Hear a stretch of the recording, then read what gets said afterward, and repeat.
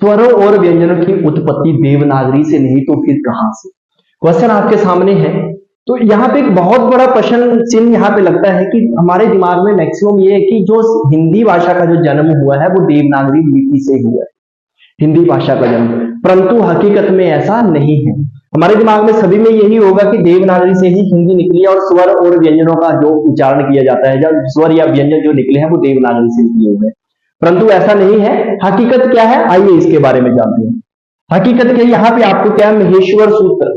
तो यहाँ पे महेश्वर सूत्र आपको दिख रहे हैं। तो क्या हुआ कि भगवान शिव जी के पास संकादी 88,000 ऋषि गए और उनकी सिद्धि या कामना के लिए भगवान शिव जी ने अपना 14 बार डमरू बजाया।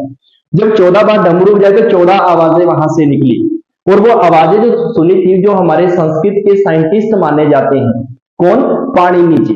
तो पाणिनि जी ने क्या किया कि उन आवाजों को सुना और वो आवाजें कौन सी थी, वो आपकी स्क्रीन के ऊपर दिखाई दे रही है। अ इ उन रि लिक ऐ औ ऐ औच हयवट नण यम गण नम झवय गणदश जव गणदश ख फ छ ठ त च ट त ब क प य छस्सर हल।